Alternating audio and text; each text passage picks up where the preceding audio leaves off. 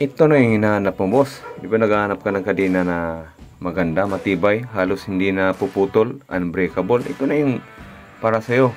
Kung ang motor mo ay XRM or Wave type, mga Honda Wave, dapat ang piliin mo yung 428H110L. Kung ang motor mo ay TMX 125, XRM 125, or Rossi 150 or Euro 150, pag naka-standard yung swing arm mo, piliin mo yung 42HH 120L.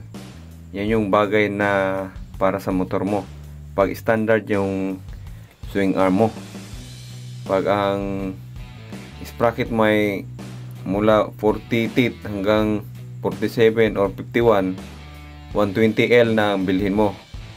Pag mga XRM naman na 125 or TMX na naka-plasto yung swing arm, ibig sabihin yung mahaba na siya, pinalitan niya ng mahaba, naka-plasto, ang piliin nyo yung 42HH 130 kasi kasya na po yon. Para naman sa mga sniper or raider, medyo mahaba na yung swing arm nun, 130L ang piliin nyo. Kasi itong CSL na kadena, napakatibay. Halos hindi ko maputol sa chain breaker, kaya pinutol ko na lang siya sa gato. Pinukpok ko ng maso hanggang sa umurong yung pin.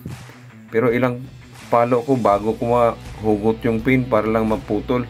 Sobrang tibay. Dito ako kampante sa kadenang to dahil sa lahat ng kadinang na kabit ko sa motor ko, ito lang yung napakatigas putulin. Ito ang CSL, napakatibay. Kaya lang dito pwede sa mga big bike ha. Kasi mga big bike 520 na po yun eh. Yung mga Rouser, hindi pwede. Dapat naka 42H lang. So nandyan sa Yellow Basket, kayo na lang bahala pumili. Salamat. And always ride safe mga boss. God bless.